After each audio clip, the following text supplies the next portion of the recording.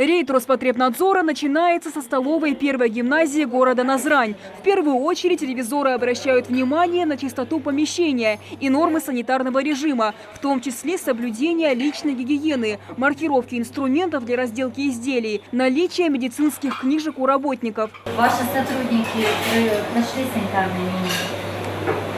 Вот в летний период они должны были у вас пройти санитарные минимумы. А медицинские книжки? Они с собой забрали? Забрали. Уходят? То есть все неправильно живут, да?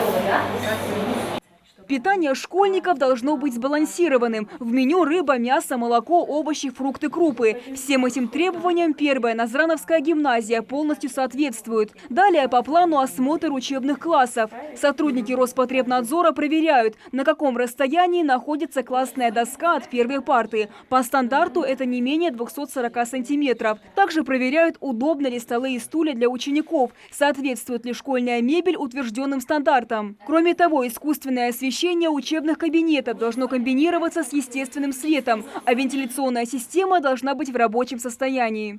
Мы видим, что у нас окна открываются, режим проветривания у нас соблюдается. Еще мы видим термометры. Кулеры в начальных классах стоят. Также мы требуем, чтобы и в коридорах они были в основном в год, который они обучаются, чтобы питьевой режим для учеников уже был соблюден во всех этих этажах. Проверяющие осмотрели раздевалки, коридоры и актовый зал. К температурному режиму и освещенности помещений также претензий нет. Так что первую гимназию можно по праву назвать образцовой. К новому учебному году здесь готовы. Следующая школа, куда отправились сотрудники Роспотребнадзора – лицей города Магаз. Обход начали с учебных классов. Проверяют расположение парт, а также наличие раковин для умывания и кулеров в каждом классе. Мы акцентируем внимание на ученическую мебель.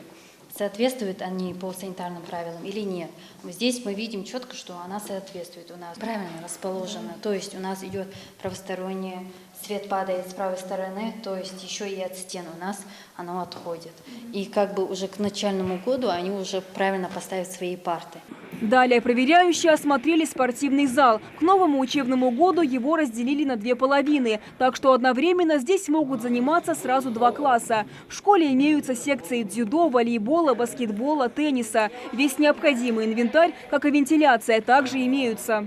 Мы видим, что площадь им позволяет проводить уроки физкультуры.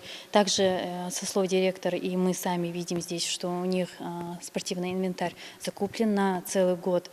Также видим, что по санитарным правилам спортивный зал соответствует по всем нормам. В кабинетах мы провели косметический ремонт. А этот спортзал мы разделили на две части. И здесь могут заниматься два класса. А учителей тоже? Но учителя у нас в полном объеме, количество учителей у нас укомплектовано. По итогу рейда нареканий к первому лицею Магаса у Роспотребнадзора нет. Школа полностью готова к образовательному процессу. Подобные проверки проводятся в обязательном порядке перед каждым учебным годом. Помимо Роспотребнадзора, все надзорные органы также организовывают рейды, чтобы убедиться, что ученики отправятся учиться в безопасные школы, где смогут получать знания в комфортных условиях. Амина Бокова, Магомед Даскиев, Новости 24.